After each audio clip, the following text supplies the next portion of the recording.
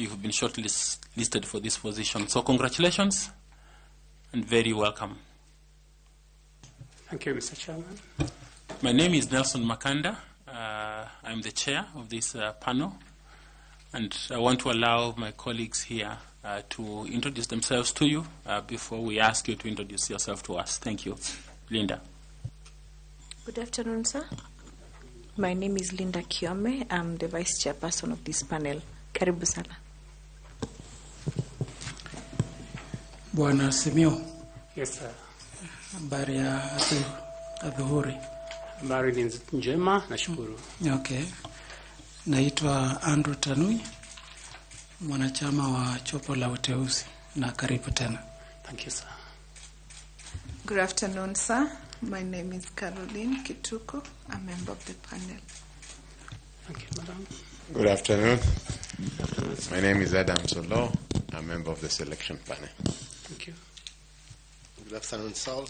Good afternoon. My name is Nicodemus Bore, a member of the panel. Thank you. Good afternoon. Good afternoon, madam. My name is Fatuma Ali Saman, a member of the panel. Thank you. Good afternoon, wakili. Good afternoon. Na karibu sana. Thank you. My name is Koki Muli Grinyo. I'm a member of the selection panel. Thank you tonight. Good afternoon, Simio.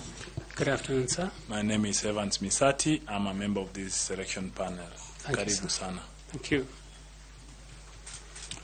So thank you for coming. We would like you to introduce yourself to us and just a brief profile of yourself and why you think that this profile is suitable for the position of chair of IEBC.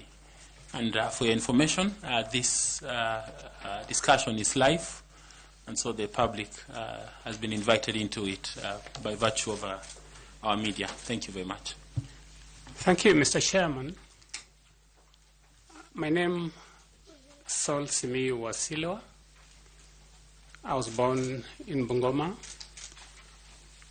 Went through primary school at a place called Nasokol in Kapinguria. Went to O-level at Kabianga High School in Kericho. I attained Division 1 in those days. And then I went to Nyeri High School for my A-levels. Got 3 principals and 1 subsidiary. Then on to the University of Nairobi. I studied law, attaining an upper second class honors degree. Then to the law school in 1988, where I qualified as an advocate of the High Court of Kenya.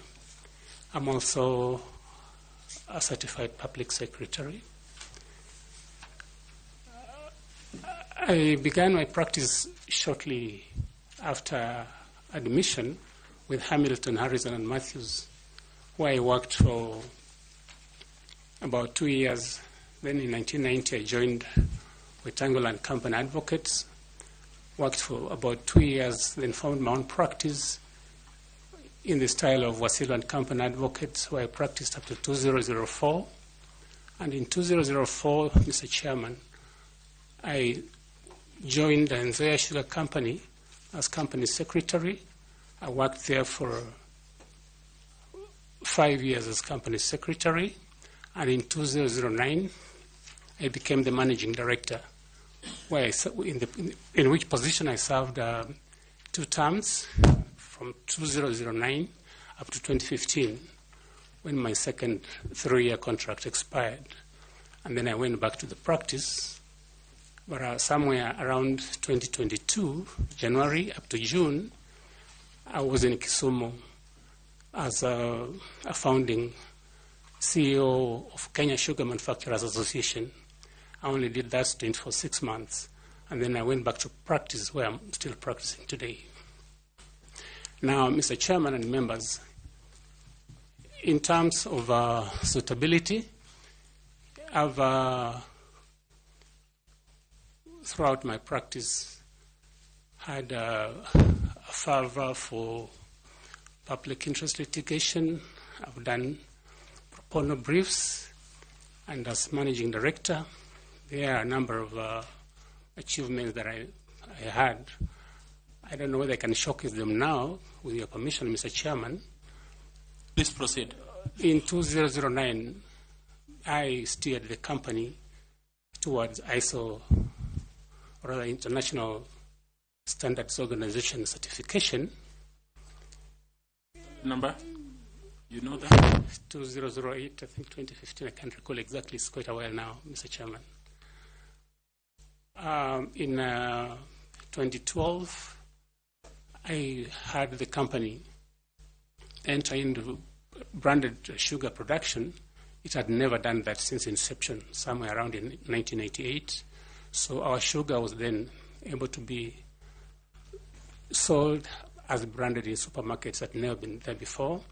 I also steered it towards achievement of the super brand tag. That meant that it could compete very effectively with other products.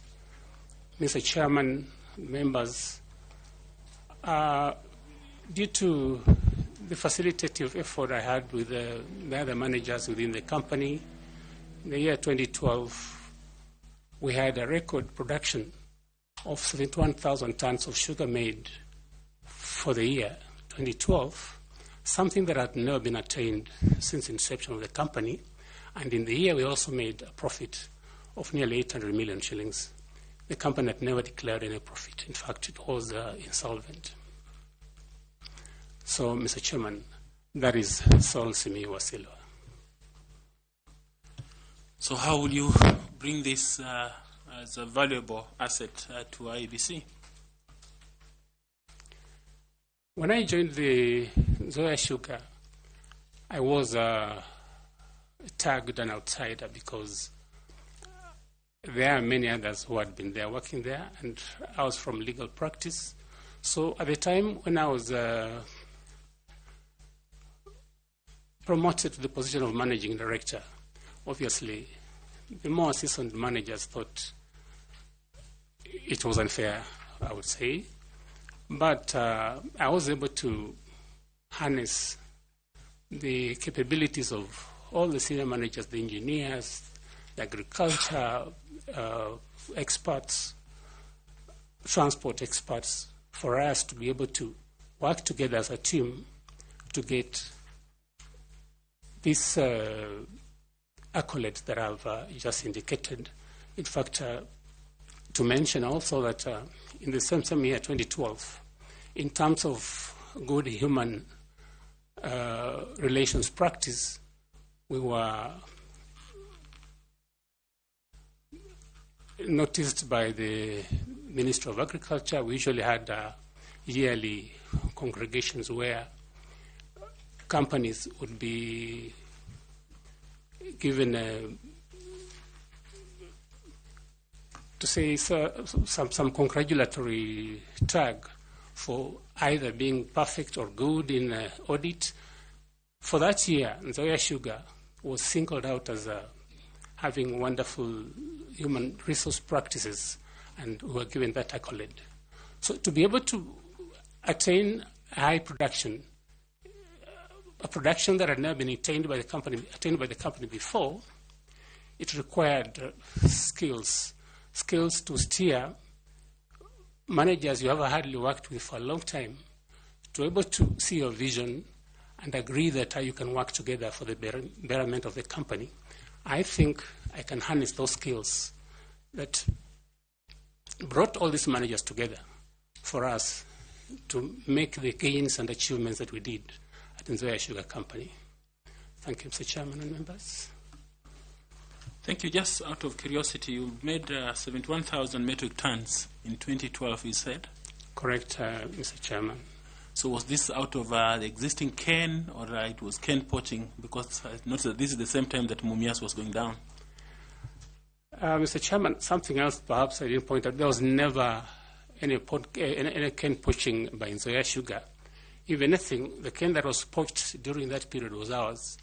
And through, again, my collaborative efforts with the managers in agriculture, we managed to develop a lot of cane, and we had excess. In fact, we were giving out cane to Mumias Sugar, Botali Sugar Company, and West Kenya because of the excess cane that we had developed during my period. And even up to the time I left in 2015, we had sufficient cane for milling.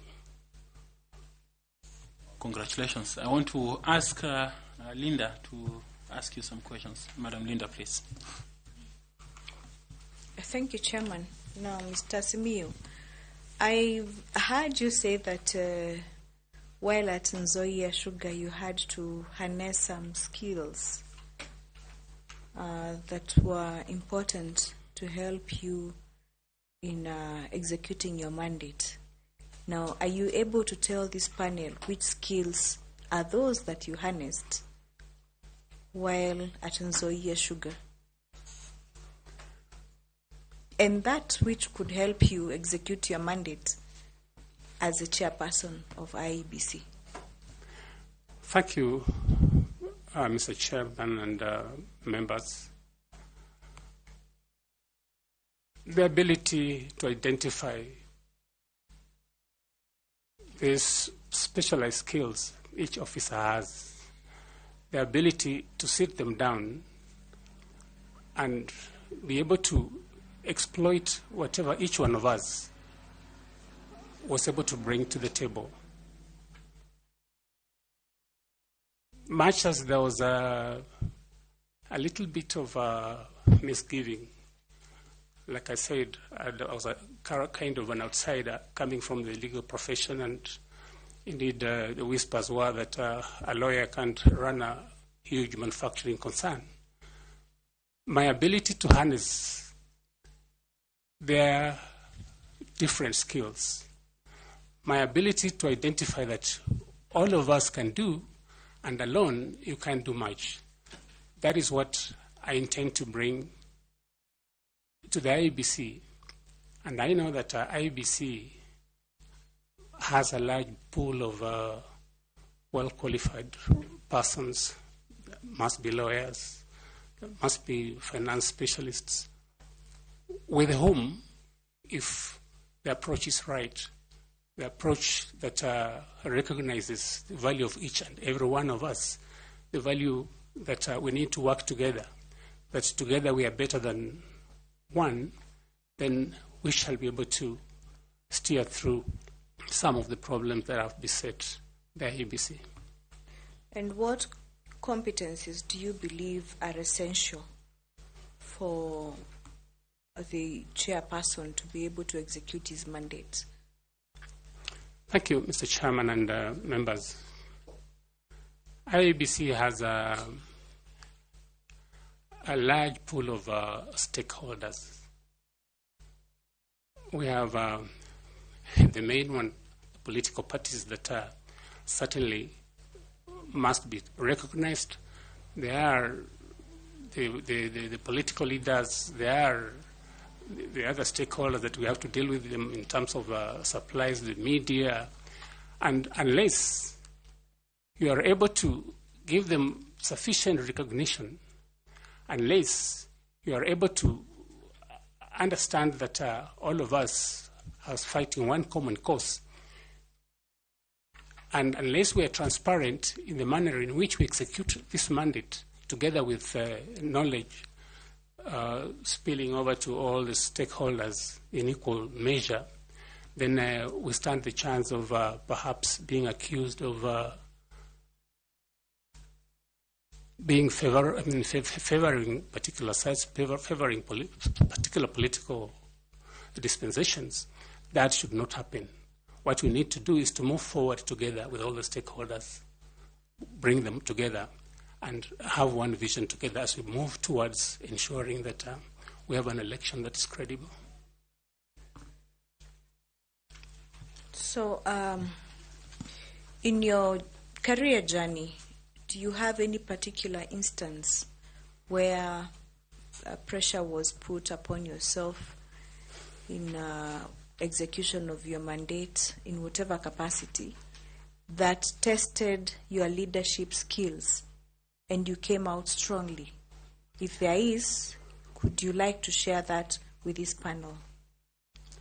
Somewhere around 2011 or 2010, I can't recall exactly, I was in Nairobi on official duty, and I was told that there had been a breakdown in the powerhouse of Nzoia Sugar Company.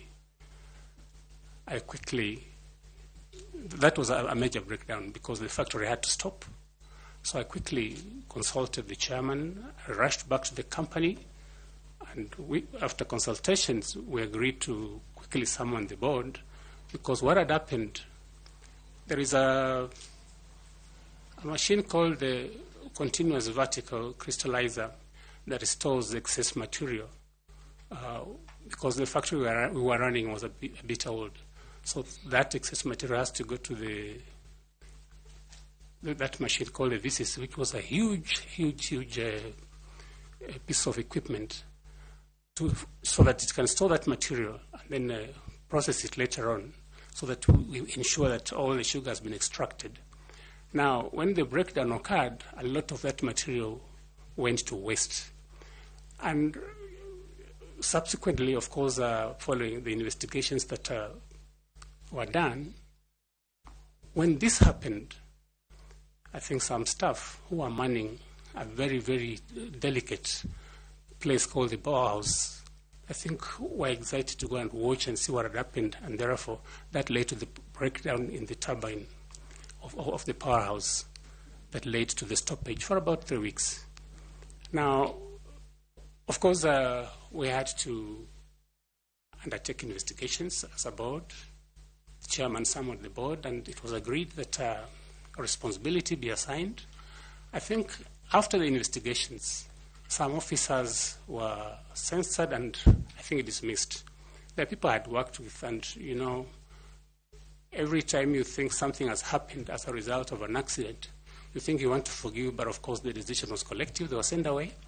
I felt it for them, but again, it had to be done, and of course the board was able to convince the ministry to allow us to draw funds, which were in excess of 150 million, to import other machinery from India and fix the breakdown in the Bauhaus, which was done, and that cost a stoppage of about 19 days. In government circles, I think that was quite some tremendous loss. But I was able to, with the help of the board, steer through the crisis.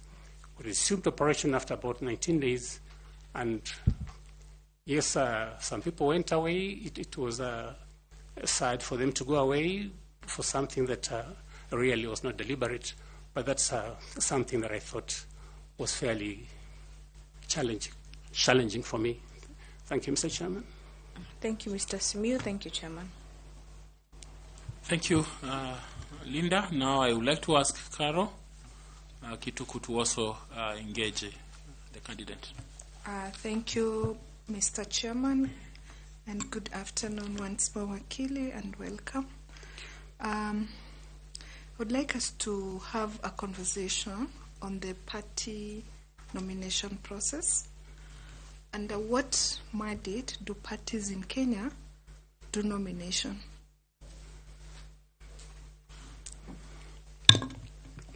Yes, parties do. I do not know whether you are asking about the nomination lists or the nomination lists. Yes, in our election dispensation, there are certain realizations that have come that we need to be sensitive to the manner in which positions of leadership are distributed, and therefore parties are given the privilege in the Constitution to nominate some members outside the elected ones to fill those positions that are meant to cushion against the two-thirds requirement in public service.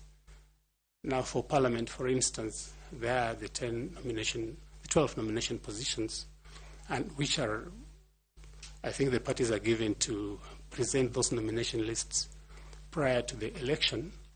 And depending on how the party fares in the election, the distribution of the nomination seats will be in accordance with how they are fared proportionally. That also applies to distribution of the nomination seats in the county assemblies under Article 177. And of course, that nomination mandate also has to take care of the requirement that the marginalized groups have to be considered, women have to be considered, the disabled and the youth. The law deemed it important that the party provide their nomination list, or what they call the party list, way before the declaration of results, or before the voting and the polling and the results. Why do you think this was necessary? Given our history, our electoral history? The process of election is fairly sensitive. You find a situation where we do not easily accept results of the engagement we have in our political affairs. So the requirement that this list be submitted in advance, in my view, are meant to ensure that any disputes that may arise, because obviously the issue about determining who is able differently, the issue of determining issues of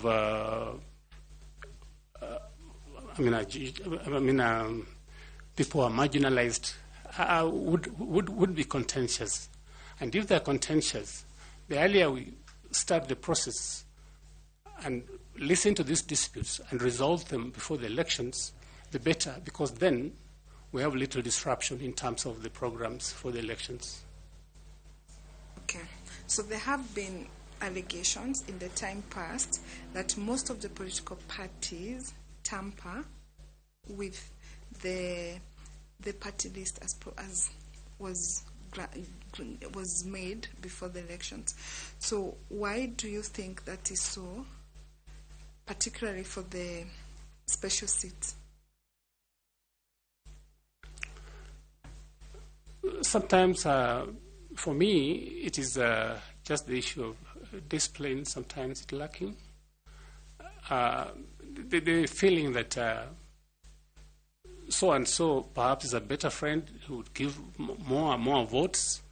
And therefore, I do not think there is any real reason why they should tamper, except for perhaps just some self-interest, that I didn't cater for a friend, we didn't cater for this particular region. Those are excuses that can be used, because the moment they sit to determine these party lists, I believe sufficient consideration would have gone into. But sometimes I think we are not sincere about ourselves, about the decisions we've made, because of maybe other ulterior considerations that come subsequent to the decision to nominate.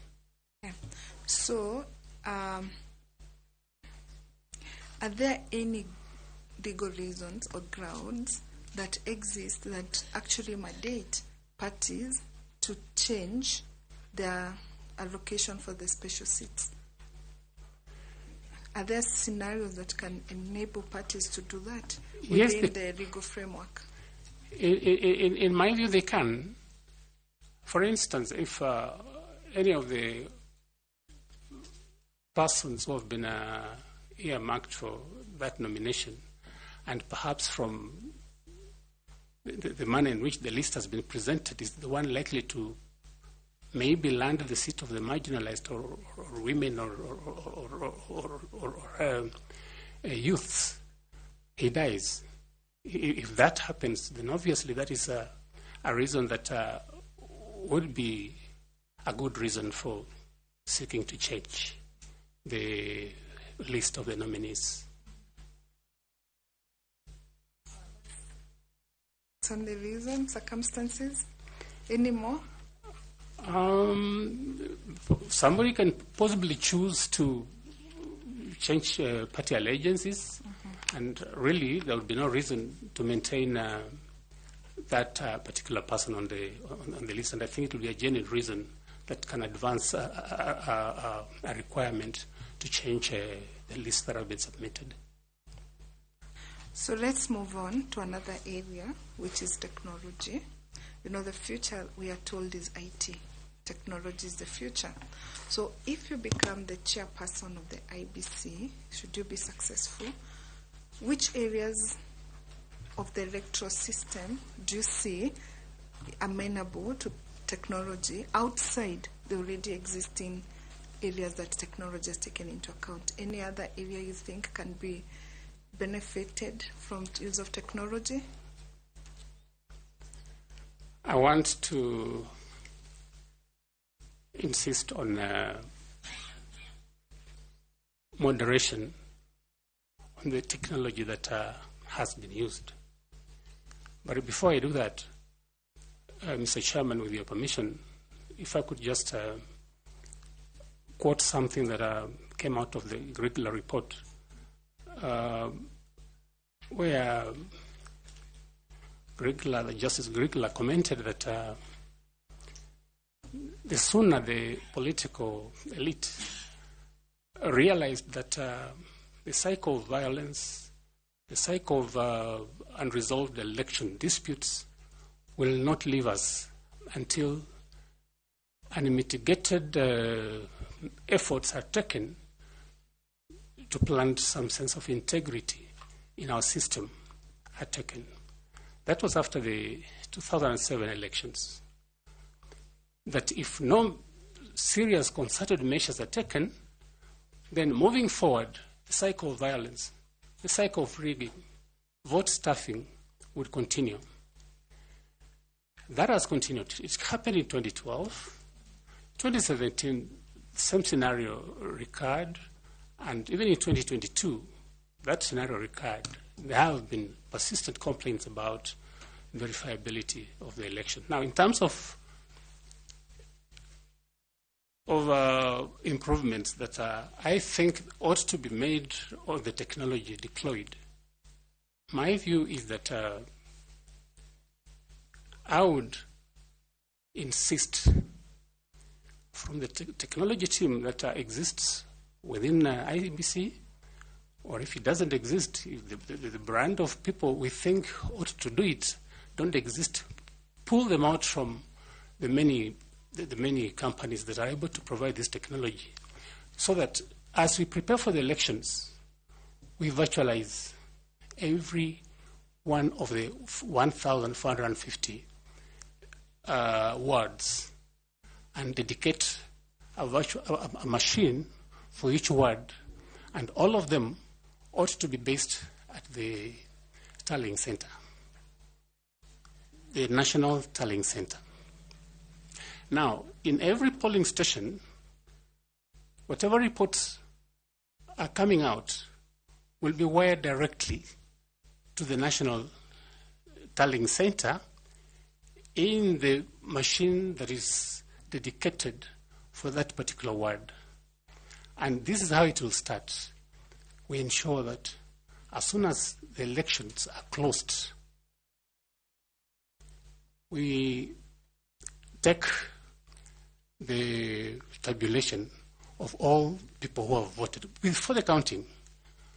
And in every polling station, those figures are through a special gadget sent to the National Tallying Center in the computer that is dedicated to that particular ward. So, Mr. Asiro, without looking like I'm interrupting you, yes, I think that is currently what is happening. So we're looking at, outside what is existing right now, what else can technology help solve to bring in the credibility of the elections process? Through the chair, I plead that I be listened to on this one, because we've not in the past insisted that we take the tally of all the people who have voted as soon as voting closes. What usually happens is that we take the list, I mean, the people who have been counted. What I'm starting with is that as soon as voting closes, we know the number of people who have cast their votes. Whether they're spoiled, whether they're good votes, we take that whole number and wire it to the computer that is dedicated to that particular ward. After that, once the counting has been done, we take the number of those who have been counted in that polling station again, and they are wired to the same polling, the same virtual computer for that particular ward, so that all the 1450 wards, all the 1450 virtual computers will receive results from the specific wards they're representing. After that, once the counting is done, then the counted votes, an image is taken also and wired to the dedicated portals. And then the technology that will be best suited for this is satellite technology, where we would avoid a lot of failures like has happened with Safaricom and others, where particularly in remote areas it's difficult to get that information wired to the tallying center. If we use satellite communication, and I think Starlight is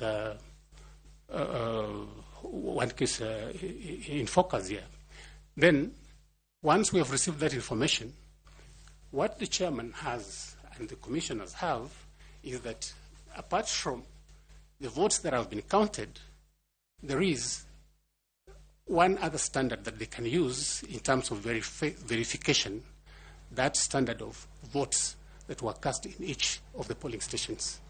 I hope I'm clear. Yeah, thank you very much, and I wish you the best. Thank you, Chairman. Thank you. We now invite Dr. Koki Muli to also ask you some questions.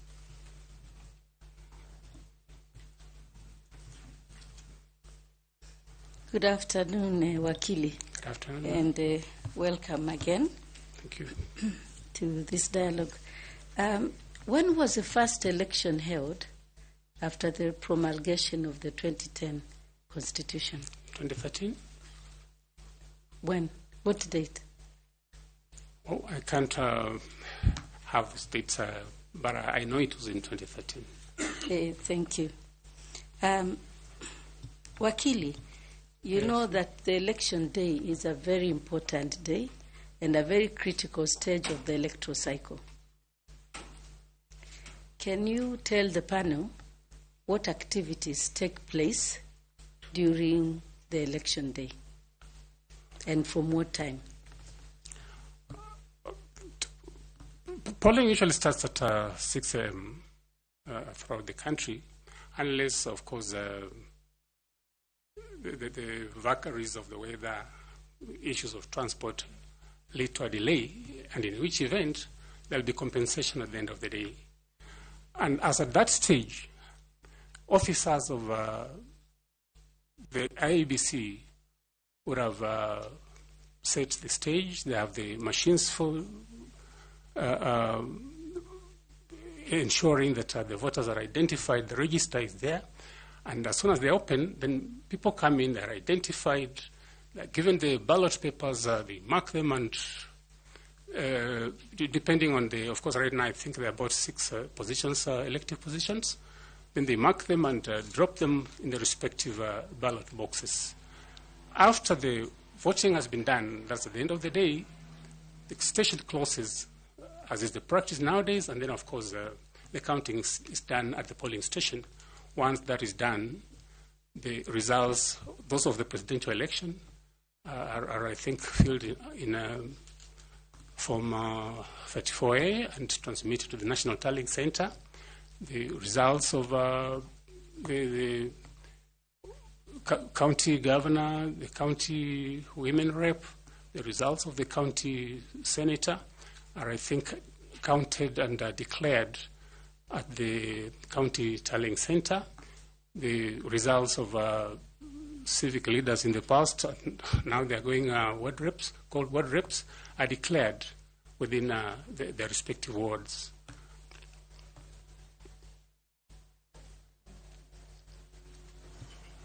Okay. Is there any announcement of results at the polling station?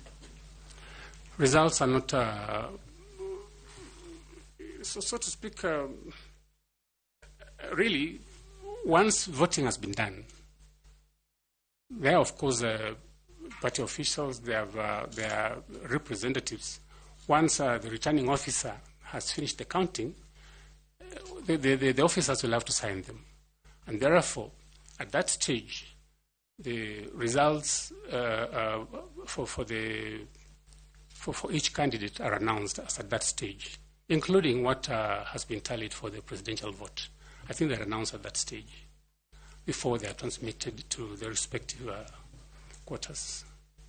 Thank you very much. Would you like to tell the panel and those Kenyans watching you which are those respective quarters where the results, the different results of the 6 elections are transmitted to?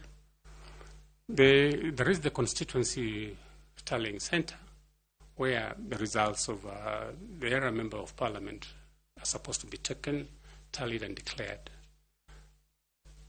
The results of the ward representatives are similarly taken to the county tallying center and are declared. The results of the governor and the senator are also declared at the county tallying center, but the presidential results are declared at the national tallying center. But after all parties that are represented in the election, that is, the agents have signed and certified that indeed that's the record of what was counted.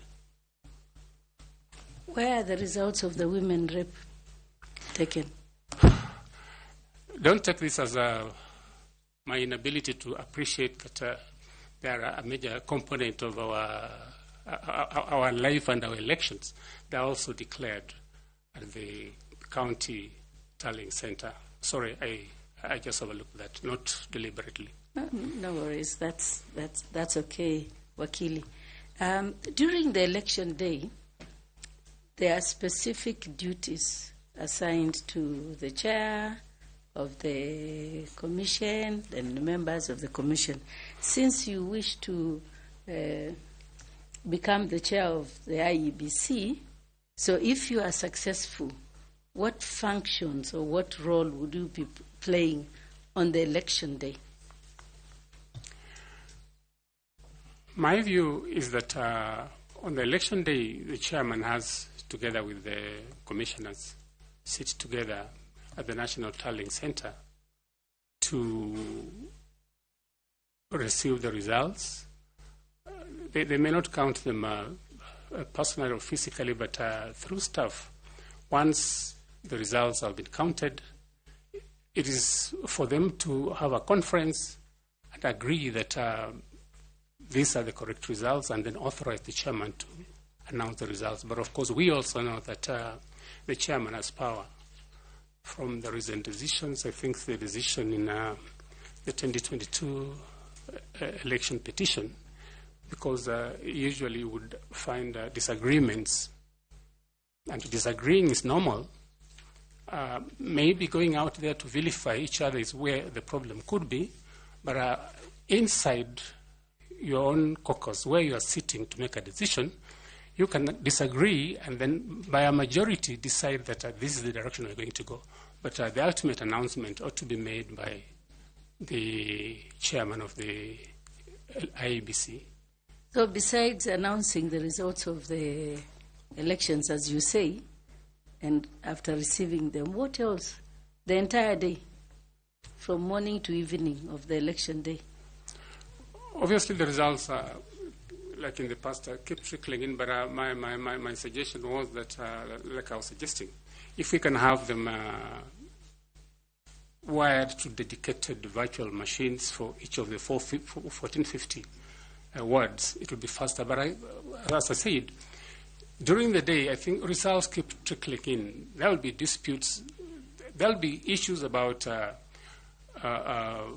just monitoring what's happening, and I think giving information to the stakeholders, because the moment you don't give information, and perhaps there are delays here and there, then I think that brews the suspicion that it brings about problems. But they must be engaged to consult with whoever wants to consult with them as the results are being tabulated and aggregated, and give periodic broadcasts of what is happening, and when, for instance, they expect to give a final tally of the results. Thank you. Just two more small questions. You keep on saying that results are relayed from 1450 wards. Are those where the election is conducted or where the election are tallied? What is the 1450, and which results are those that come from there? The 1450, Mr. Chairman, 1450 are the wards in this country. They count throughout the Republic of Kenya. For what results are coming from the 1450? There are both results for the ward representatives, the women rep, the member of parliament, presidential vote, the senator, all the elective positions.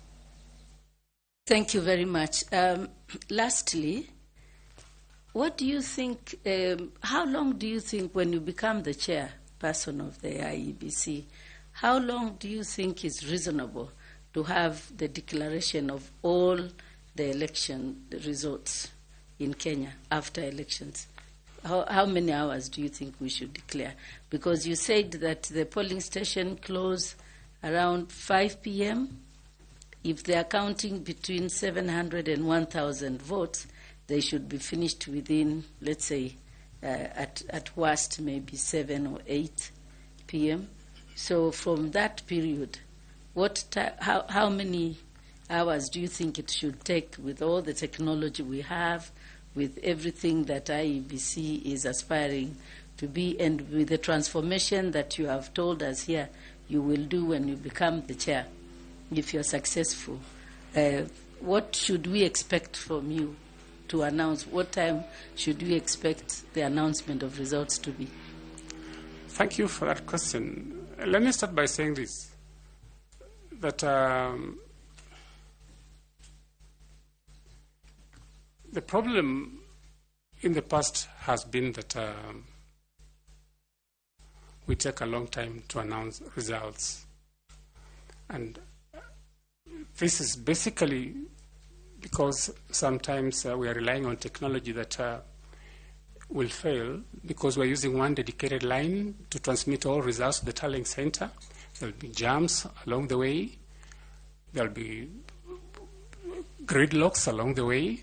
That's why I'm having this proposal that instead of using one line of communication to relay results from every part of this country, let's have a dedicated virtual machine for each ward. And that way we avoid the gridlock, we avoid the jam, so that results are released faster. And if that becomes the case, then if polls close at 5 o'clock, or if there's been an extension, they go on up to about 6 or 7 o'clock, I expect that if these measures are put in place, we should have all the results at the National Tallying Center by about 9 o'clock.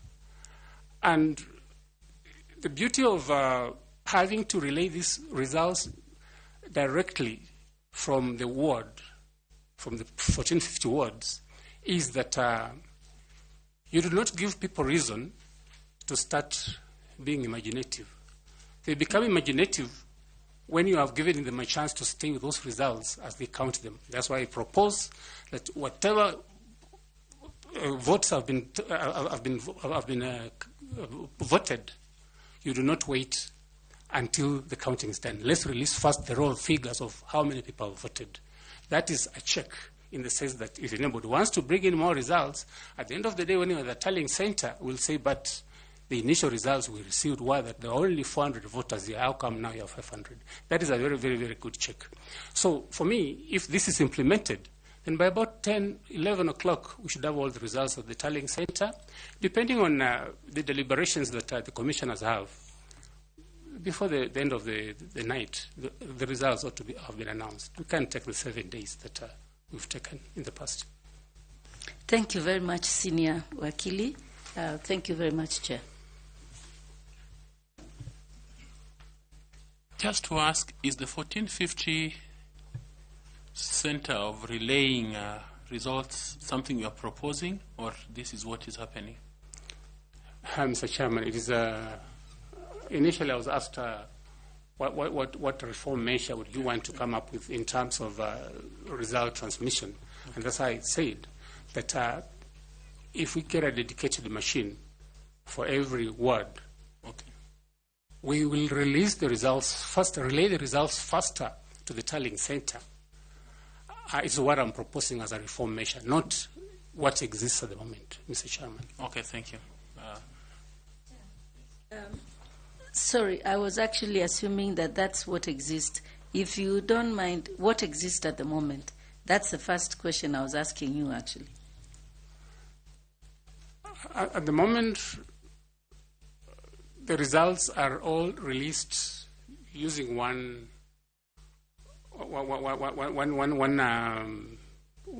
dedicated line. They are not results from each ward being released to a dedicated machine for that particular ward. And therefore, more delays come, like happens now. We're using one dedicated line and there's a gridlock and there's a jam, so it takes a long time to have one person get through to relay his results. That's what is happening at the moment. Okay, thank you. I want to ask FCPA Tanui to ask you some questions. Bwana Wasilwa, Yes, sir. when you were introducing yourself, you said, what are you currently engaged in? I'm practicing advocate. In which law firm? The firm is called BS Advocates at the moment. Do you have a practicing license for 2025? We have applied. We're waiting for it to be submitted. We have up to 31st of March to get the certificate, and I believe I'll have it because we've applied. So as of now, you're practicing without one?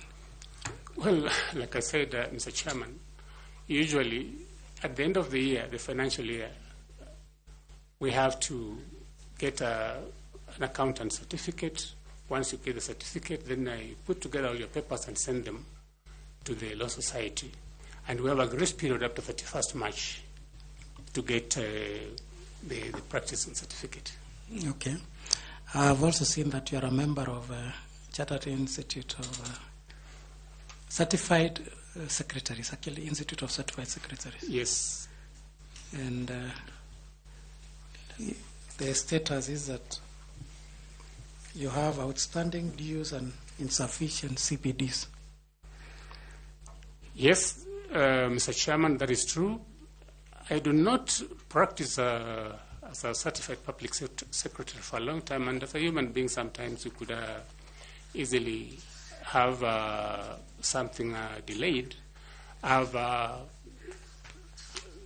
fact, I've been in communication with them. I have fees of 12,500, which I ought to pay, and I'm going to pay so that I make my record clean. Why I'm specific on that one is that you are a company secretary for Nzoia before you became the MD, isn't it? Yes, I was.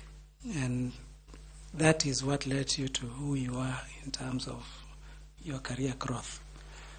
And you would be of, how would I put it? That should be it's what built you. It's what made you the CEO. You are the CS. And for purposes of governance and corporate governance, that is a profession of governance that you are exhibiting while you are the managing director. I did not exhibit that. I never at any time had any lapse in terms of delay in paying. I was up to date throughout the period. I was company secretary and managing director. Okay. Now, related... Just before you move on, yeah, okay. I needed to clarify about his practicing license for his advocacy role. I didn't understand what he said. About 31st or something? 31st March. What do you mean? Chairman, what I was saying was that at the end of the financial year, 31st December, that is when you get the accountant certificate. The accountant has to go through your books and confirm that you've kept your books well, the client's accounts are properly kept. That is one of the mandatory documents that must be submitted to the Law Society when you apply for a practicing certificate. And we usually have a grace period of up to 31st March to pay and obtain that certificate. Okay, Caro? Thank you, Chairman. Mr. Silo, I hear you saying that you have applied for the practicing certificate. Do you have that evidence, the receipt for payment? I haven't carried that, but okay. Given time, I'll provide. The Advocates Act stipulates that a practicing certificate is valid for 1 year. And it's very clear, it's valid from the 1st of January to the 31st of December. And the grace period normally it is not that long. When did you apply for the practicing certificate? It must have been early this month, and I'm sure I'll have it before 31st of March. Okay. I'll provide it even to this committee if necessary. The grace period is up to 31st March, Mr. Chairman. Okay, Council Member Linda, please. Allow me to comment, Chair. Mr. Simiyu, that is not the position. You know, all the lawyers in this room know that the grace period is up to January 31st. You ought to have applied for your PC before January 31st. That is the only time you have for grace period. Anything thereafter, if you have not applied for your PC before January 31st, it means you're practicing without a license. Well, once you've paid, I believe, you've asked that I provide the payment receipt, then you are good to go.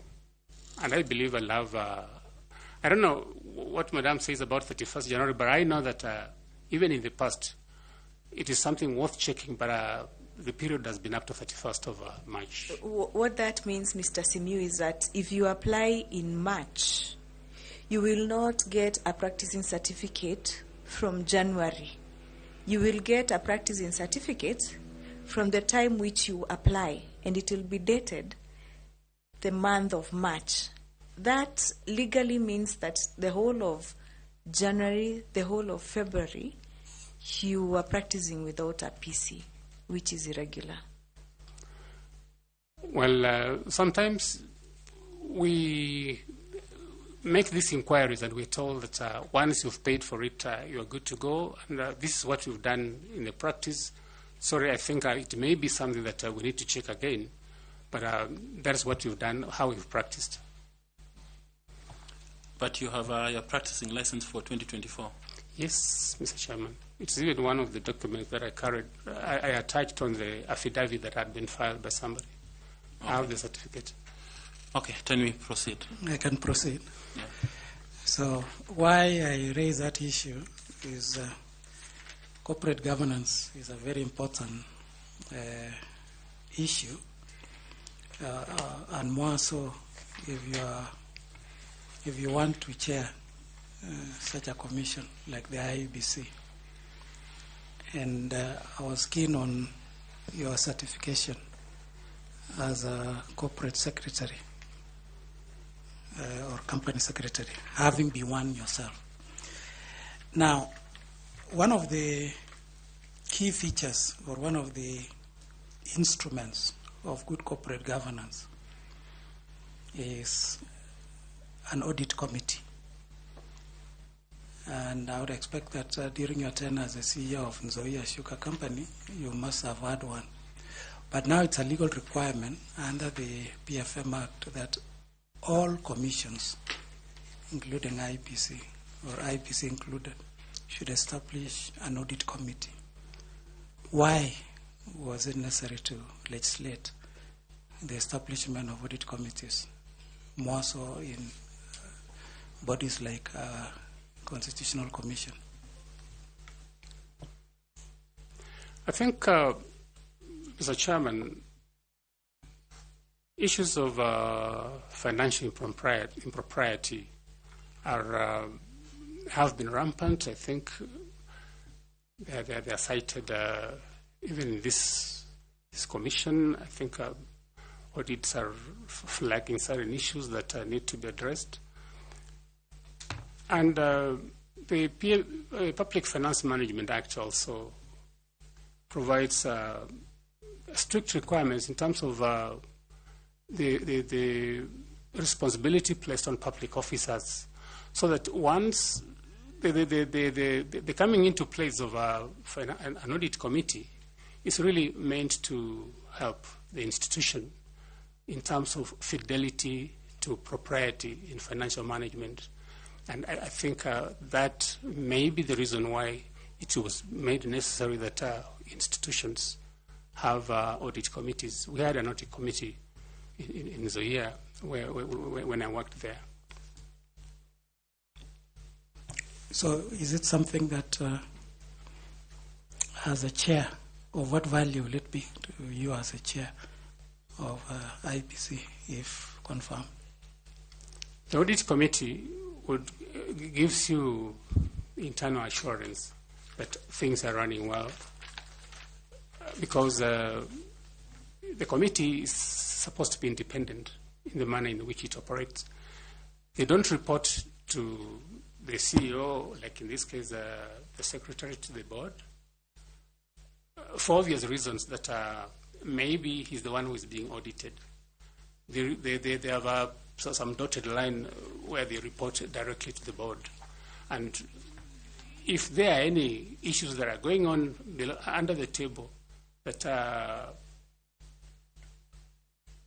maybe the CEO may not want to disclose, those would be disclosed in the audit committee, and I think can be sorted out before they're escalated out to the National Audit Office. I think it is very useful for the Commission to have that audit committee, because then it raises the red flags, and the early warnings come from the internal auditor, who would say that if we continue like this, there's bound to be a problem. I think it is a very necessary committee for operations of this institution. Thank you. And my last question is that you will be joining, if confirmed or if appointed, you will be joining a commission where you as a chair and the other 6 commissioners will be new. There is already an existing secretariat in place and technical officers. So how will you, as a chair, be able to work together with the new commissioners, at the same time ensure that the secretariat that are there are able to support you in the process without having any issue of infights, conflicts, and create cohesion and harmony within the Commission?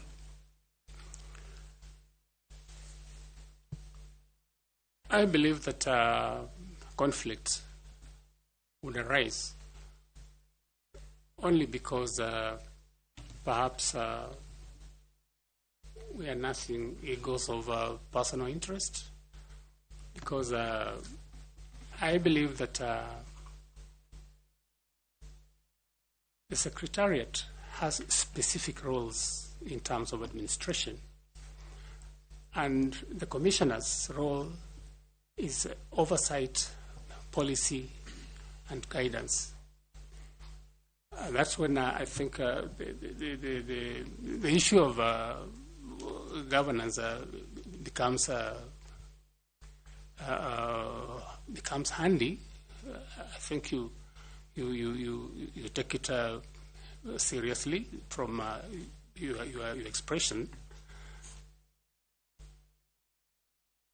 There ought to be a delineation between what the Secretariat does and what the Commission does in terms of policy. But I also know that the chairman of the IEBC has kind of executive power, so that maybe if that is led to persist, it may bring about the kind of conflicts that are perhaps became apparent during the tenure of the late Chepkati, may God rest his soul in peace, together with Mr. Chiloba, so that in fact it led to one of the officers going.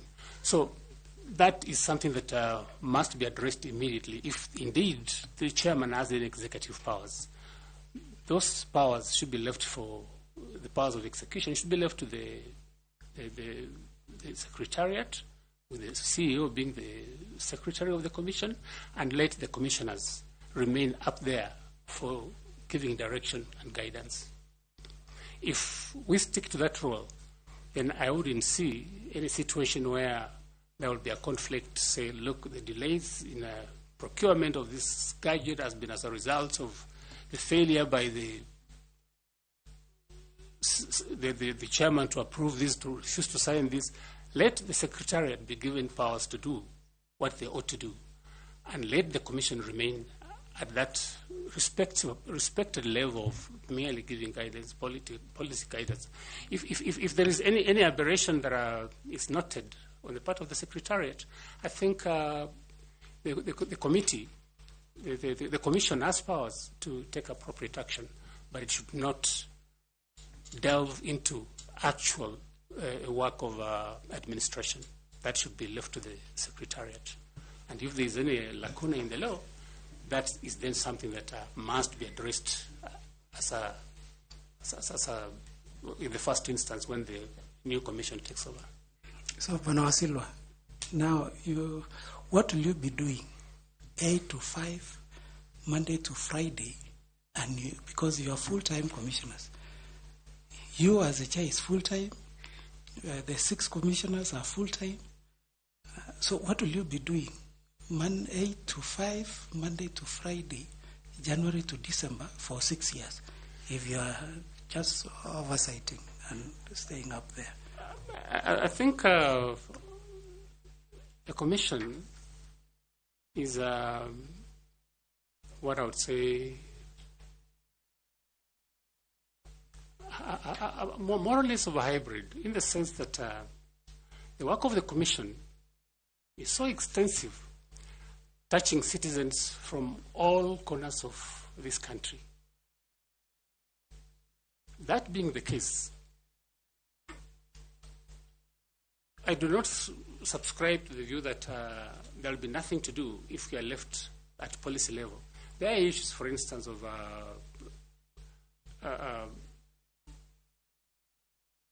reviewing what management has done and the secretariat has done in committees, and I know that most of the work of the IEBC is done through specialized committees. I believe there is an audit committee, the legal committee, and on all those committees, I believe there is a commissioner who is supposed to sit on them. If I was to take that, my previous experience. And so when they sit on those committees, I think there are issues that will arise at every given time that I think the commission will address, the commissioners will address, and not assume to just sit for six years without doing anything. Because matters that are done by the secretariat must necessarily get the approval of the commission before the implementation is done. Reports must be made, escalated to the commission before implementation is done. So I believe that there is work to be done, and done even on that daily basis. But if that would entail moving into a conundrum where you are now doing, the commission is now doing work that is supposed to be done by the secretariat, then I think at that stage, it has not happened yet. At that stage, then perhaps somebody can start thinking about seeing whether commissioners should work part-time.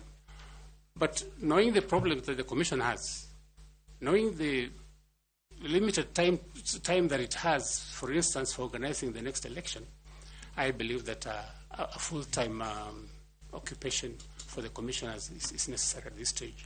But if, for any reason, there's reason to believe that perhaps they're being paid for not so much work that is being done, then I think policy should shift, and we said now I think we sit as on a part-time basis.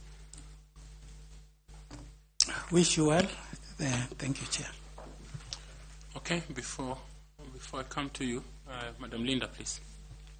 Thank you, Chair. Now, Mr. Simiyu, I would like to take you back to the matter of the PC, because part of our work as a panel is to ensure that we have a very honest chairperson who will be able to give Kenyans transparent and accountable elections. And also to caution you that there are several lawyers in this panel, and therefore the questions that I ask, kindly be honest about them. So you say that you have applied for your PC for this year. I say so, Mr. Chairman. Do you have any CPD points for the year 2024? Yeah, I'll have to check, but I've attended some of the programs. Did you attend any CPD seminars or webinars last year? Yes, I did. Have you checked your portal this year? At the time I applied because I satisfied that requirement of the CPD points. You are aware that even as we sit here, we can be able to get into your portal and check whether you have your CPD points for Yes. last year? Yes. Will you be surprised to know that last year you have 0 CPD points and you require 5 CPD points to be able to apply for your PC for this year? That will surprise me because I attended those programs. Are you aware that the LSK portal that you use to apply for your PC is an automated system which will not give you an invoice unless you have 5 CPD points for 2024? Mr. Chairman, like I said, I have applied, and the only reason I applied is because I was satisfied that I had the points. Thank you. Thank you, Madam Linda. And now go to Evans Misati to pick up from there. Thanks so much, Chair. Mr. Simiyu, I'm sure you are aware we are doing this because we are doing it on behalf of Kenyans. The position of the IEBC chair needs a lot of public scrutiny, so don't be surprised what is happening. Now, I want to take you back to where you said you have been in leadership positions or in charge of institutions. Have you had any experience working with a highly technical secretariat before? And how did you balance the effective oversight without micromanaging either the secretariat or the staff, if you have had any experience? Because you have said you have been in managing director, CEO, or something of that kind. Where I worked as managing director, I was the one in charge of the team to execute. So really, I would delve in and understand what managers were doing and guide them. I was sitting on the board as a secretary, but my actual mandate was to be the manager. I'm the one who liaises between the management and the board and to report what is happening on the day-to-day management of the affairs of the company. That was my responsibility. So really, the issue of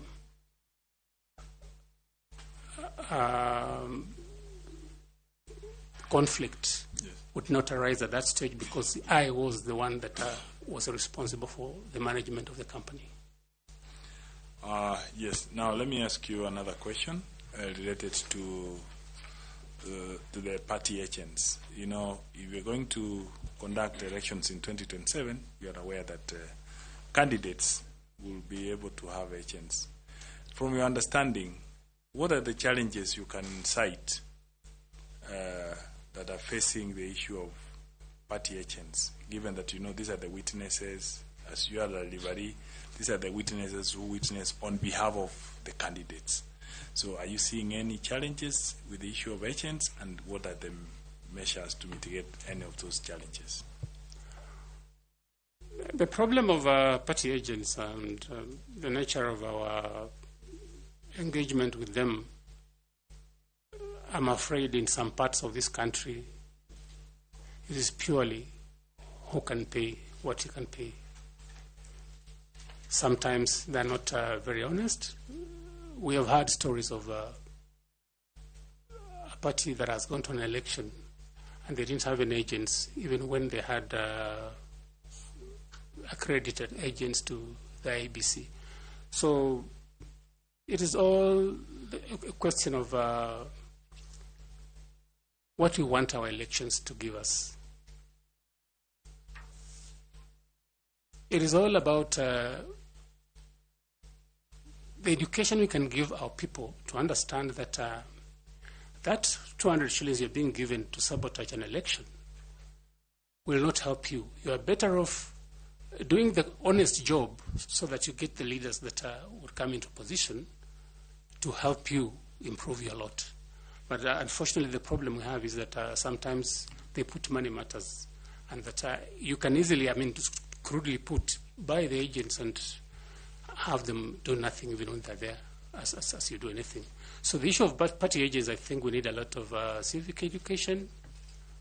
We need to make them understand that it is a solemn responsibility for their country to ensure that a fair election takes place and that it behoves them to do that they can do to ensure that they represent the interests that have been put there to represent. But unfortunately, that doesn't happen. So I think we need a lot of civic education for the agents. So apart from the money and the training, so what will you propose as we move, apart from that training, as we move? If you are the chair of IEBC today, you have a meeting maybe with the stakeholders, the political parties, what will you propose to the candidates in regard to the agents? The problem is, let me start like this. The biggest problem we have in this country is competition for elective positions. We think guarantees the goodies to come on my side, in my house, to my tribe, to my county. That competition is what breeds problems. It's not even this agent. Because, like you would recall maybe 2 or 7 elections, I think it's the worst scene that you can ever experience, where the chairman of the commission says, I don't know what is happening, I don't know what's cooking, maybe the results are being cooked.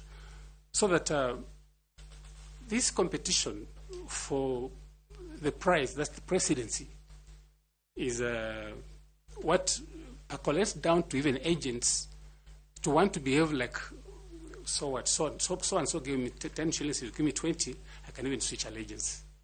And for me, the cure for this is that I was thinking I would propose, if I were privileged to sit in this commission, that maybe we look for a real shift in the manner in which we do our politics. The 2010 Constitution brought some benefit in the sense that devolution has dissipated some of the fire that usually exists when people think getting the presidency will give them everything they require. So that some fruits have been taken to the counties. Can we think, for instance, of, and I think that has been touted before, a rotational presidency? Or can we give more power to the counties so that... Sorry, we are diversing now.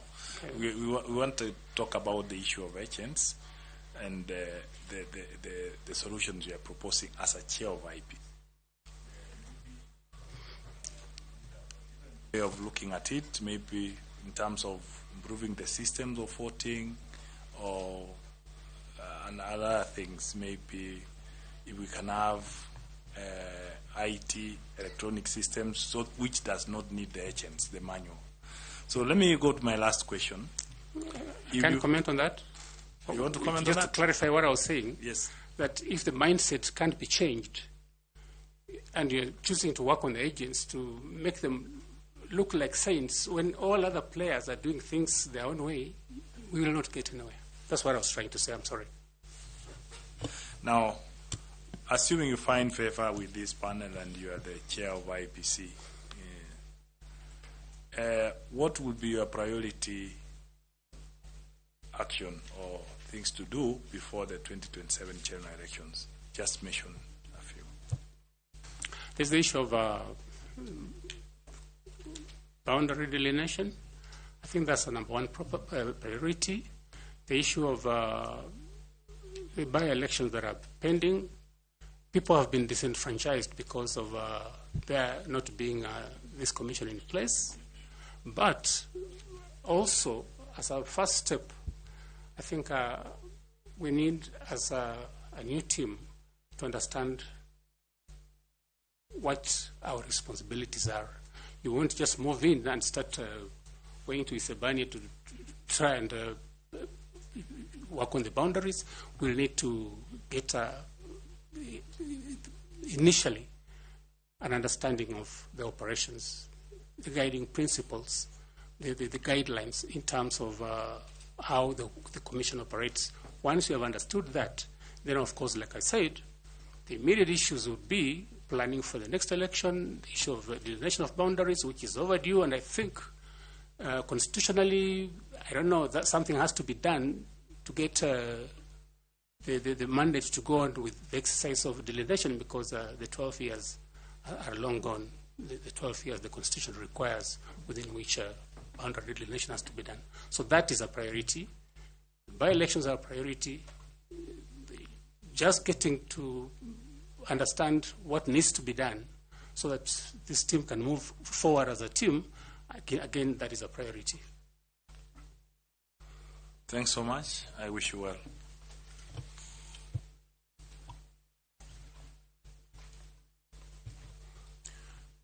Mr. Asilwa, what would be involved in boundaries delimitation, if that was your priority before 2027? I know that since the last exercise was done, I think more than 13 years ago, there has been population growth, and in terms of creating new entities for parliament, new entities for the wards, I think that is what it entails.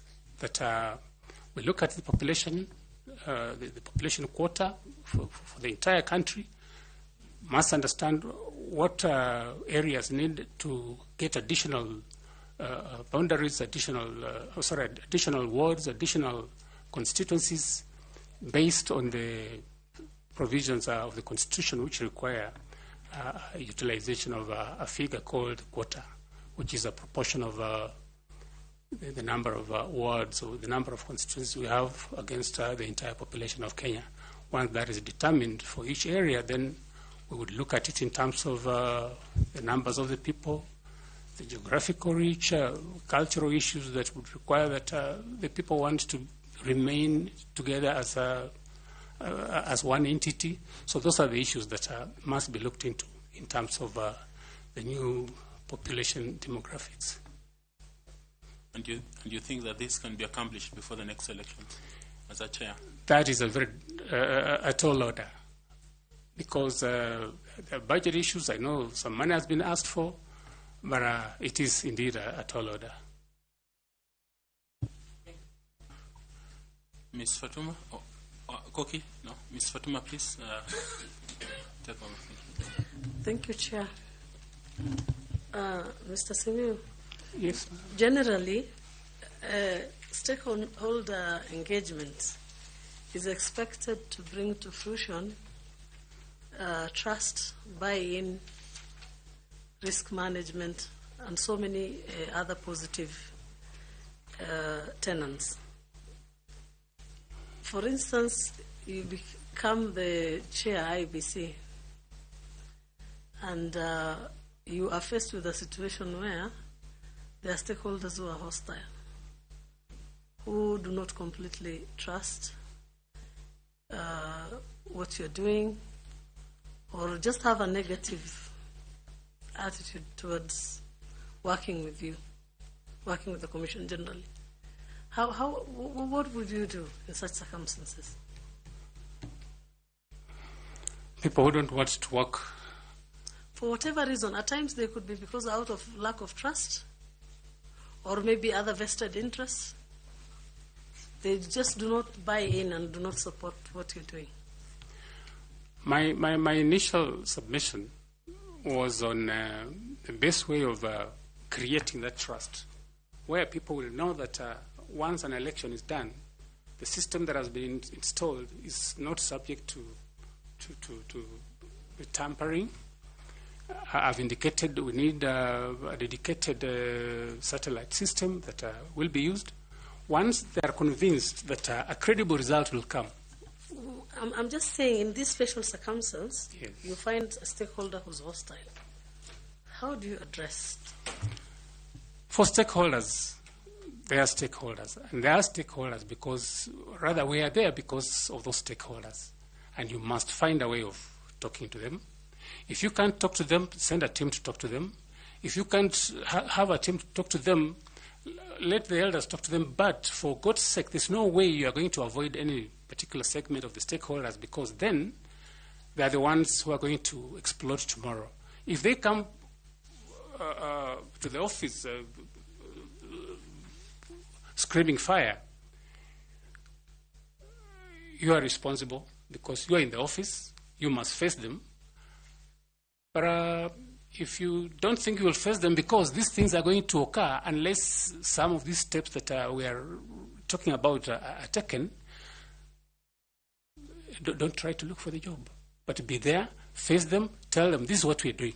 Even if you're doing nothing, that of course, from their perspective, they think you're doing nothing, but at least you must be able to meet them and talk to them, listen to them, and find ways of addressing the issues there. Because, of course, they won't be unreasonable to just come and start a fire unless there's really something that they believe in. Like, for instance, when they believe somebody's stealing the election and they come and explode. So that constant communication, that constant engagement with them, and the ability to go before them and explain what is happening, I think it is important. But if they have come now and they're breathing fire, I believe that you must just find a way of talking to them. You can't run away because that is your responsibility and somebody has to do it. Supposing you are unsuccessful, how do you protect the Commission's functions and ensure that you are able to conduct the elections and the outcome is unaffected? If these stakeholders, if you're not successful in convincing a certain portion of the stakeholders. That's what I'm saying, that every time we sit together and try to talk, I think we'll find a solution. I don't think there are stakeholders who would come and say, today, I must kill all the commissioners because they failed to do ABCD. Maybe it's because they don't have information. But once you give them information, I'm sure they'll mellow down and I think listen to reason. You can't close down the office. You can't stop the election. You must find a way of going on with the election. But of course, in situations where things become like we are not here talking about the headquarters, perhaps a particular electoral area where they have genuine grievances about something that you think indeed there is a reason for culpability, then I think the Commission has powers to stop an election if there are genuine grievances about their feeling that perhaps fairness will not come out of the election. You can stop the election. Yes, there are certain areas. I remember during the 2022 elections when I think parts of Kakamega elections were postponed for reasons that there was no guarantee that there will be safety. And I think they were held subsequently. So it's possible that you can stop the election for a while until conditions favorable for undertaking the election can be obtained.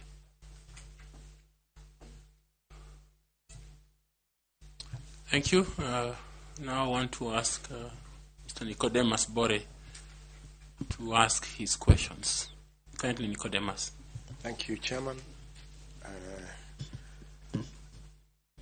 Saulo. Yes, sir. I think the reason why Kakamega elections were stopped in 2022 was because the ballot papers there was a mix-up of ballot papers, not because of any insecurity or anything else. That's the reason why Kakamega and Mombasa, there was some issue on the ballot papers. And that's the reason. Yes, Mr. Chairman, I agree. That's just an information. What I was trying to say was that conditions may prevail that are inimical to holding a successful election, and they may not be necessarily about the big mixture of ballot papers. Any other reason, like extensive violence, can, I think, cause a postponement. True. You served as the MD of Zoya Sugar. Yes, Mr. For how many years? 6 years. And CS for how many years? 5 years. So you served at the management level, the top management, for a period of over 11 years. Correct, Mr. Chairman. At the same time, you were still running the BS and Advocate Company? No, I wasn't running it at that time. In fact, from 2004, I was running as Wasilo and Company Advocate, and I had relinquished that to somebody else. So when I stopped working, that's when I went to join into the partnership of BS Advocates. Okay. So remember, the sugar sector in Kenya has faced persistent challenges, including financial mismanagement and low productivity of sugar and sugar cane, and the governance issues, and sometimes even farmers' discontent. So looking back on your tenure, do you have any specific successes that you can point out as your contribution to the industry as a whole? I believe I mentioned them. One that stood out was the fact that when other companies had no cane, my collaboration, my coordination with my managers in agriculture had developed a lot of cane, both in the outgrower reach and the nucleus estate, that we never lacked cane while I was the managing director. And indeed, these issues of cane, lack of cane, came after about 2016 when I had left. But even when it was acute for other companies, Nzoia still had cane. So cane, as an issue, was we didn't have a problem with cane. Again, I mentioned that during my tenure, we had ISO certification. We were acclaimed as the best company in terms of HR management in 2012 by PS Kiome then. Then, of course, we had a break into a super brand, and I think branded sugar. And, of course, the highest production ever since the company was incepted in 1978. And we made a profit for the first time. So those are, I think, the achievements. Maybe for those of people who don't understand the ISO certification, can you explain that a bit? ISO is a process you go through over a period of time, midwifed by consultants. Like in the year, we were midwifed by Kenya Bureau of Standards, and where processes, production processes, for instance, marketing processes are mapped out so that we know that on this particular occasion, this is the way we will make sugar, and that when you compare our processes, when you compare our standards, they compare favorably using those standards with other companies worldwide. And when you do that and you are certified, then it means your sugar can compete favorably in the world market, like sugars from any other jurisdictions that have better equipment, better ways of production. So that is where I took into year that in the world market, it was a product that was sought after because of the organized manner in which the production was done. So that means acquiring proper licenses and other documentations. Sorry, Mr. Chairman, which license? So does it, that means also acquiring proper licenses and documentation for the company? Well, of course, there's the sugar production license that you had to procure, I think, it cost $1 million from Kenya Sugar Board. But in terms of ISO, I think what we're looking for is the ability of your product to compete with other products of the same nature. And all we did by getting ISO certified was that we are convincing the world that our sugar is produced in such a clean environment, such a predictable environment, that it's as good as any sugar produced from the more developed sugar production areas. The reason I'm asking this is because of the farm in which you run. From what we have seen and discussed here, you don't seem to have licenses to run your farm, yet you are able to have very good licenses to run Nzoia Sugar Company. I think I've said that in my practice I've had licenses to practice. That wouldn't, again, compromise the fact of the production ISO certification merely because perhaps during 1 month I was not able to have this and that. I think that should be an isolated issue. But like I said, really, what you are raising cannot water down the fact that I got those achievements while I worked as the managing director. The isolated case seems not to only affect you, it also affected your clients, because we have a memorandum or an affidavit sworn by one Professor Okumu Wafula, who is accusing you of not having a practicing license. Yes, you picked fees for defending him. Is there any information about that? Chairman, I've been asked about 204, and I said I had a license. I've even annexed it on that document. I received the affidavit. It was sent to me by officers of the Secretariat. I did an affidavit in response, which I submitted, and it was acknowledged. And all I can say is that as an advocate,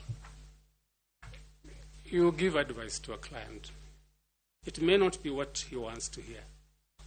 And the mere fact that the client doesn't want to hear your advice or to take your advice doesn't mean that you are incompetent. It may be a difference in opinion. It is not proof that you're incompetent. I only gave advice, and perhaps if the chairman allowed me, I would say amplify what is in the affidavit. But all I'm saying is this, that the situation was that he was going to be struck off the case, and the opponent be given rights to administer the estate of the deceased person if we didn't take the action we took. And the man was in the UK. So we took the step after talking to the other beneficiaries in the estate, who agreed that instead of having this man take over the administration alone, let's include whoever is objecting to be part of the administration of the estate. And that's what I did. I did nothing wrong. I took the advice I thought was in the best interest of my client. So the attached affidavit includes an attachment of from LSK. It indicates that Wasilwa Saul Simiu, number P105/1780/88, working at PMS Advocates, practicing year 2024, practicing status inactive. That's true, Chairman. That document, I looked at it, but I've annexed the certificate of the practice certificate on my response for that particular year. Thank you, Chairman. Okay, Prof. Please take Chair, even as I start, my session, I might request the Secretariat, if at all they have the response from Wasilwa, if they can avail it to us, because the only thing I see in this file relating to a practicing certificate is for the year 2022.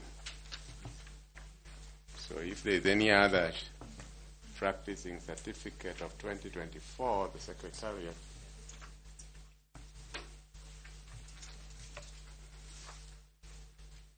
Do we have the affidavit? Yeah, just help me as I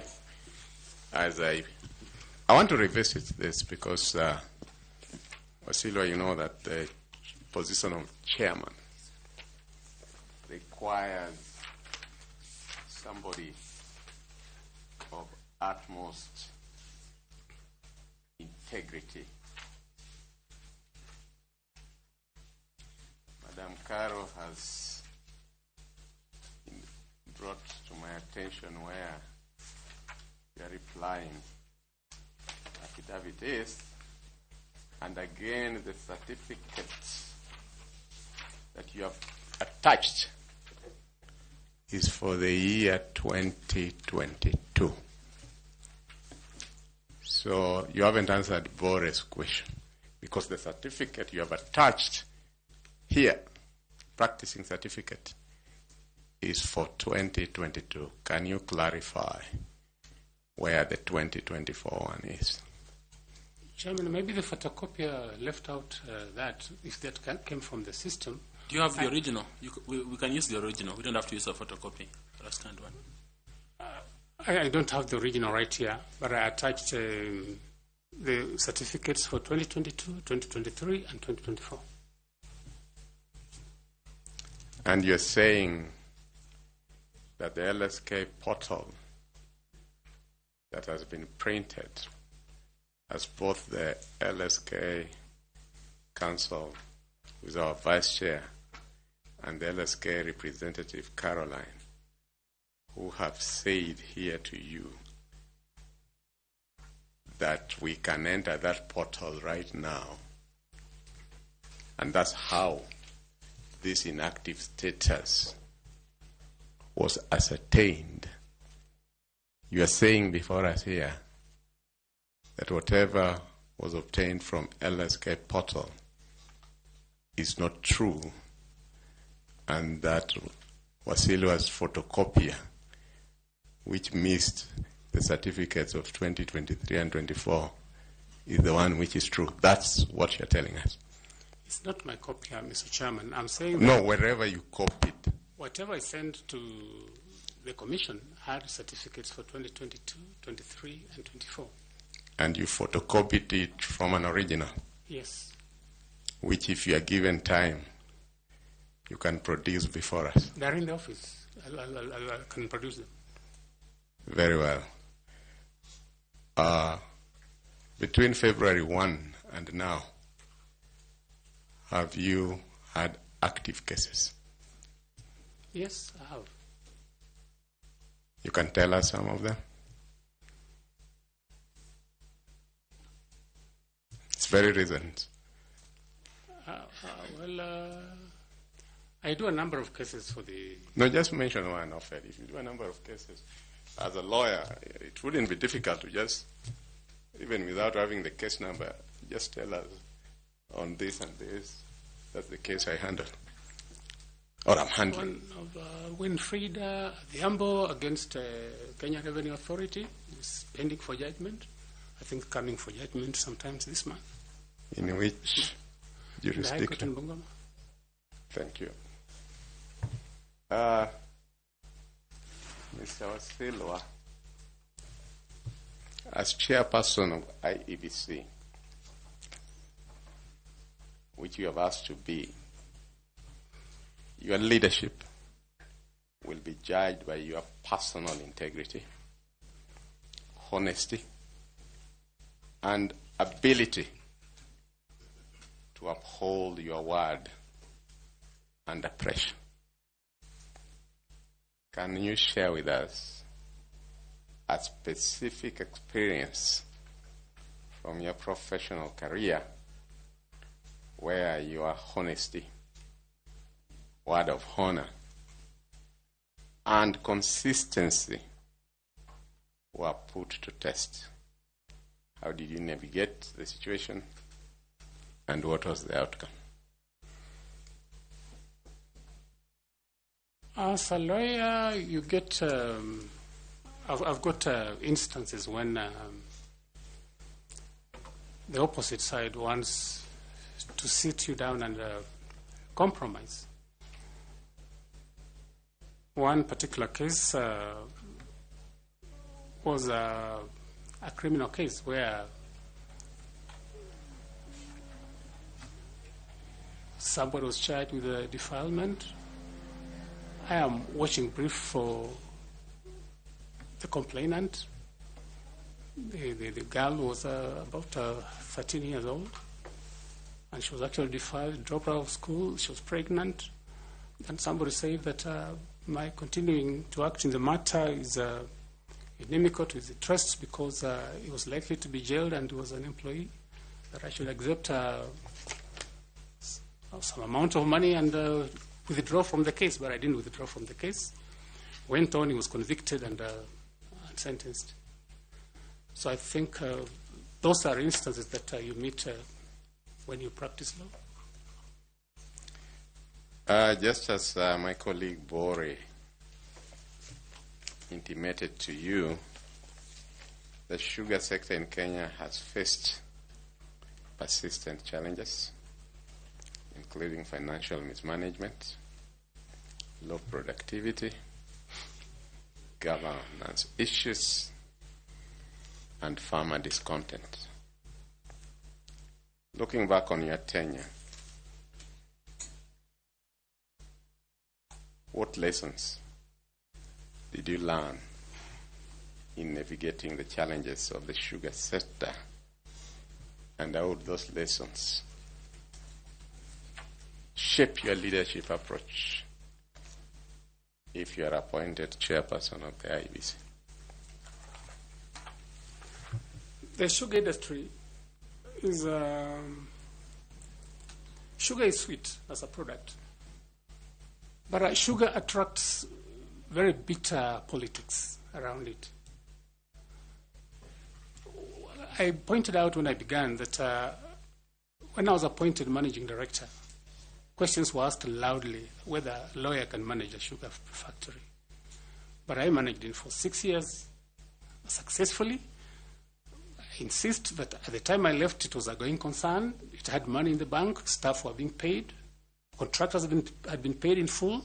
I had done annual maintenance, which usually takes anything upwards of 500 million shillings to do from the time I took over until the time I was leaving. So really, I did my best. But amidst the politics around the sugar industry, sugar is the only product which has sugar barons, like drugs. And so it shows you how vitriolic it can be, how dangerous it can be to work in the sugar industry. But somebody has to do it, and I did it successfully. Thank God that I managed. But all I can assure you is that I managed to circumvent the politics around it because it was so political. I managed to pay farmers, and there were no complaints at the time when I was working as managing director. That record is there. The record of profit making in 2012 and the record production of 71,000 tons is there in the company's books. So really, yeah, I think I have sufficient resilience to withstand political tornadoes and run the institution I did. Thank you very much. Yeah. Thank you. The sworn affidavit that Bore read was claiming about your lack of certificate in 2021 when you got the instructions. Did you have a practicing license for 2021? Chairman, I had. Okay. But the person who was going to court and representing your client was your partner, not yourself. There were two cases. There was one for probate and administration. I think their father had died and were doing succession. That is the one I handled.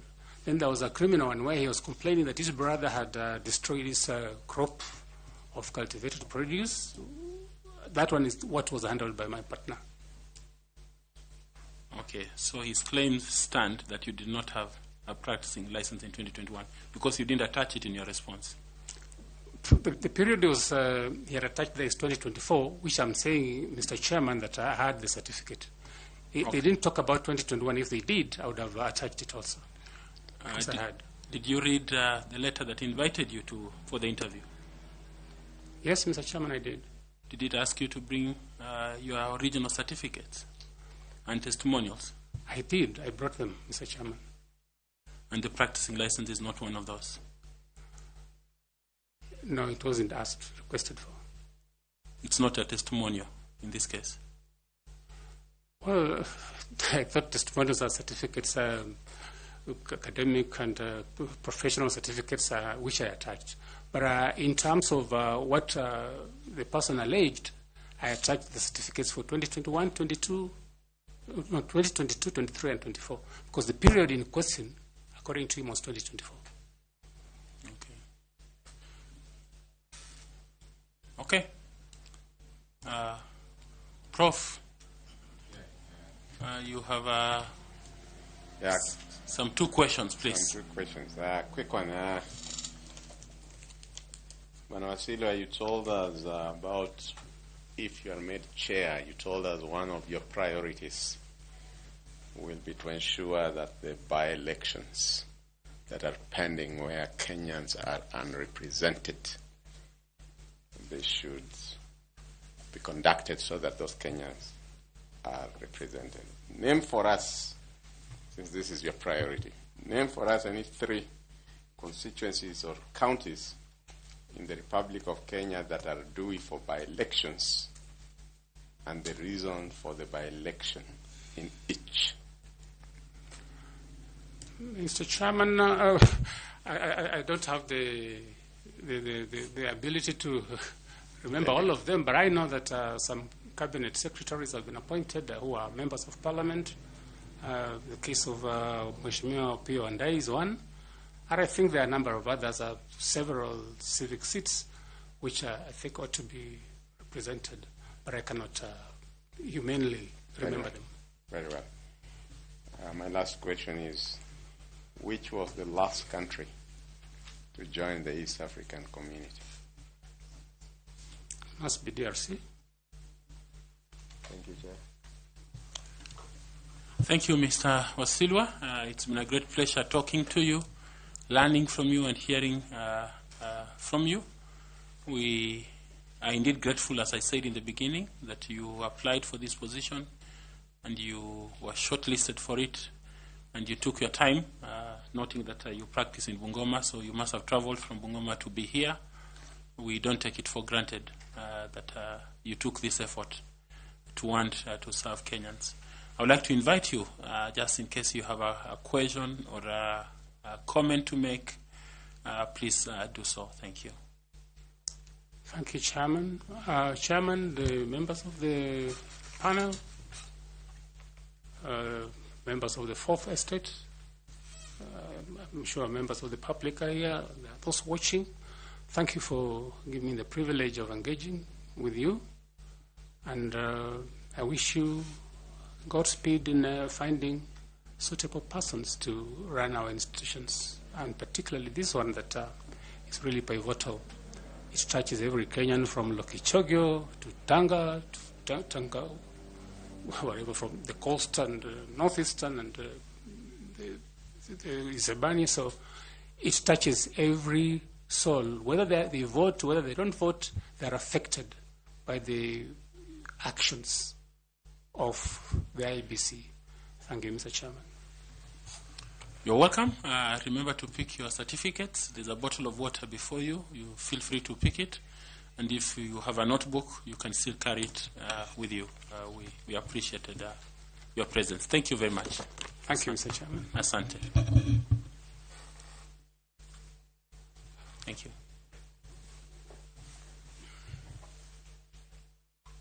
Thank you.